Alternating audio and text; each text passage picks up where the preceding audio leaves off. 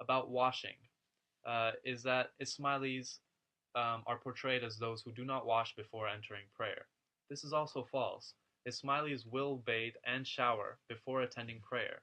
Those who cannot will find restrooms are built into every Ismaili center.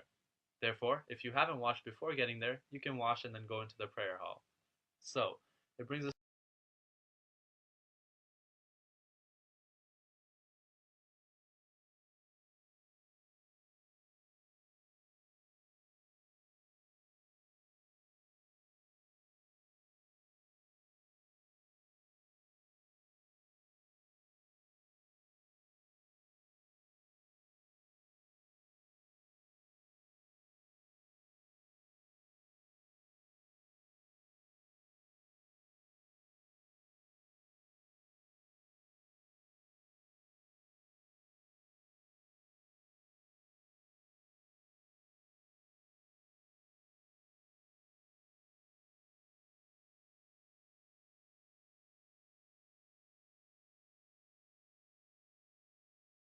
the third point of the video, which was about bowing.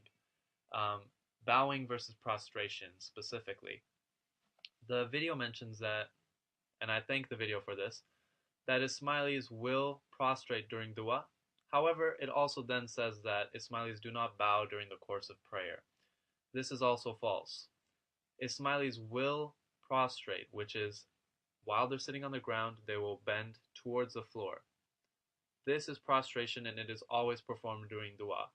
However, also other prayers are performed during Jamati services, those known as salat. Salat is different from dua in that dua is the Quranic scripted prayers that you perform. Salat is the prayers outside of that. Those are usually drawn up by local and national um, heads of the networks, and then also things you may personally ask for yourself. So, do we bow during Salat? Yes. It can be a small head bow, or it can be a much larger and deeper bow performed by the entire body.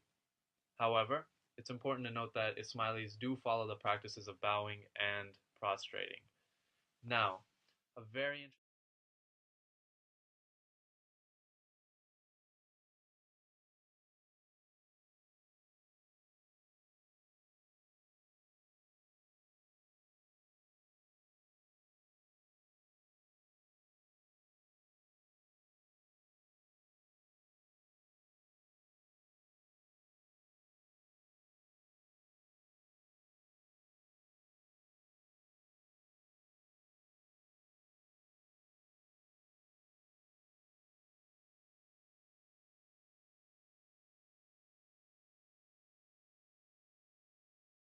interesting point is raised about facing Mecca.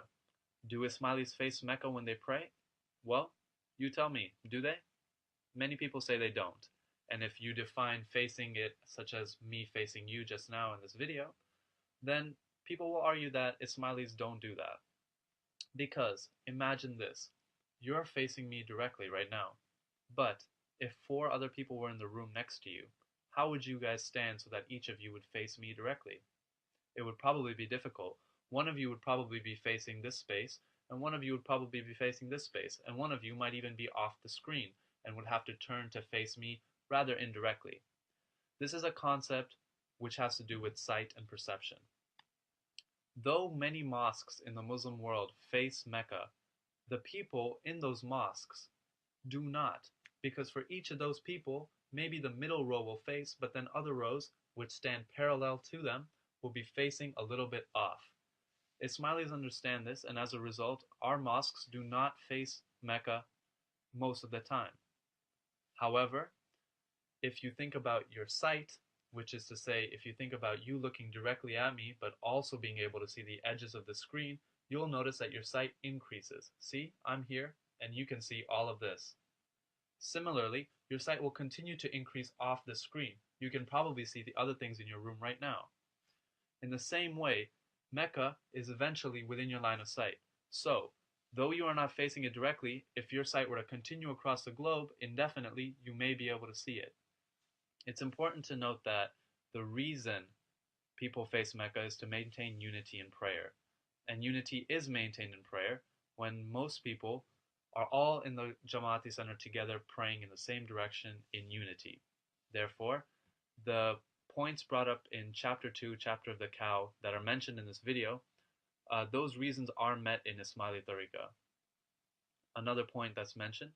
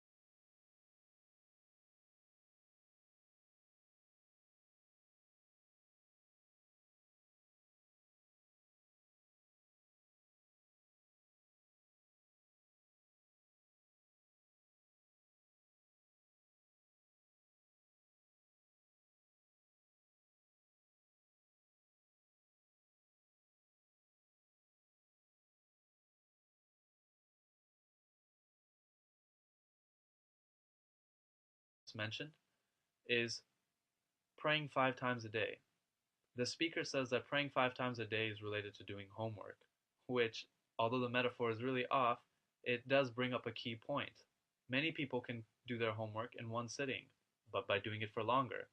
Ismailis also believe that by doing prayers twice during the same time in the evening, you can achieve this effect.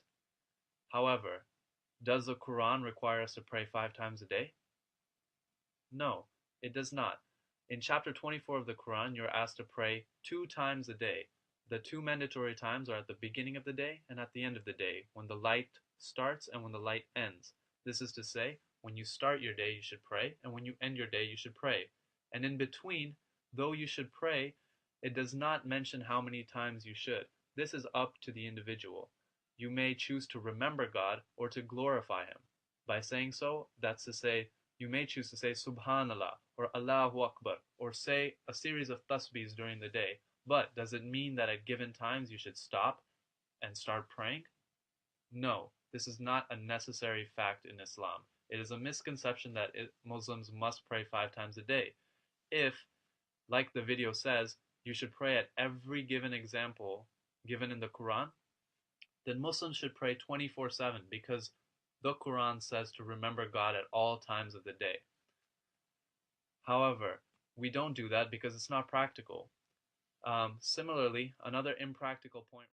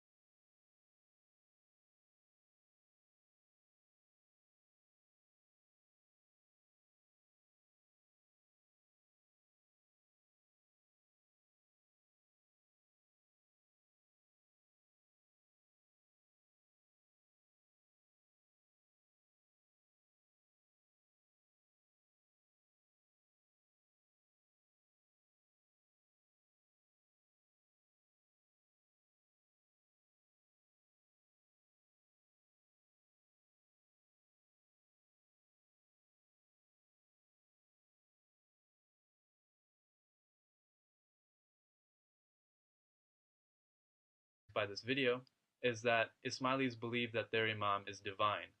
Um, Now, though some do believe that he does have a level of divine authority, this is merely as a form of guidance. It does not mean that we worship the Imam.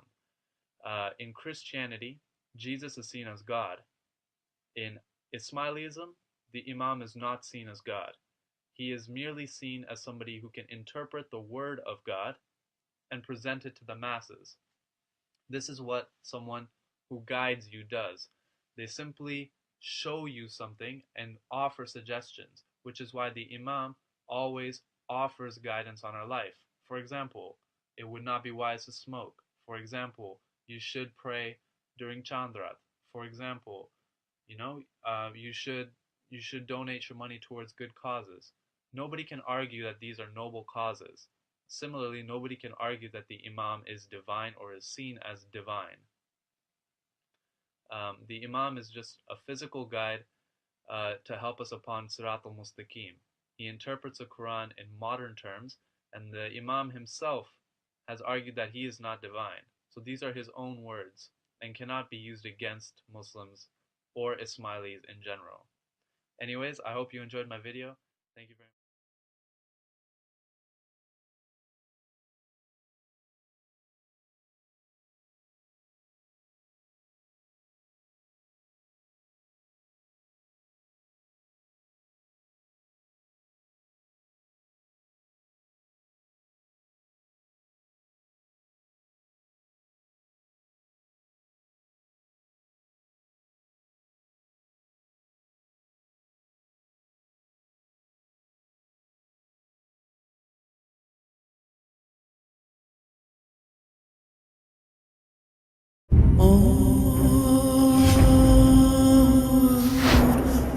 Don't wait to. Forgive others, so Allah forgives you. Don't be late to. Give charity to others, so Allah increases your wealth. Don't hesitate to. Wipe your slate clean with repentance.